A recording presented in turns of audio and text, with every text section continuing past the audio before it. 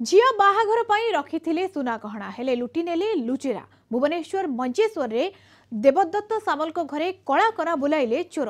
प्राय 20 लाख टंकार सुना गहना नगद 1.5 लाख टंका एवं अन्य जिनिस लुटी जाइथिबा थाना रे एतला दिया जाइछि। देवदत्त राजस्थान रे रहउतबा बेले तांका परिवार देवघर बुलिबाकू जाइथिले।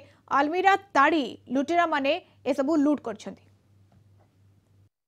आमे सब मेरे फैमिली सब जाइछन्ति बुलिया पई देवघर जो आपन गिरिडि जो है न बजरा धाम जो पार्श्वनाथ सेठी बुलिया जाइछन्ति 24 तारीख से 24 तारीख रे 26 तारीख राति रे ताला भंगा के चारटा चोरी होइछि माने सब अलंकार भंगार सब थिला हमनकर लोकंकर सब पाखापाखि 20 लाख टका हबो माने गोटा हम लिस्ट देछि पुलिस ससुर मिसेस शाली समस्त गहना थिला सब अंतर हाँ मेसी समस्त जाइछि ସେମାନେ ଗୋଟେ 20 लाख टका पाखापाखि हबो लिखि ଦେଇଛନ୍ତି ମତେ କହିଛନ୍ତି ସେ ଆଉ पुलिस वाला माने आसिकी इन्वेस्टिगेशन करके जाइथिले आउ तापरे फिंगरप्रिंट वाला आसिकी फिंगरप्रिंट ले जाइथिले तार रिजल्ट देखन आसिनी मते कहले सीसीटीवी फुटेज चेक करिया पई पाखर सीसीटीवी अछि 26 तारिख राति रे घटना।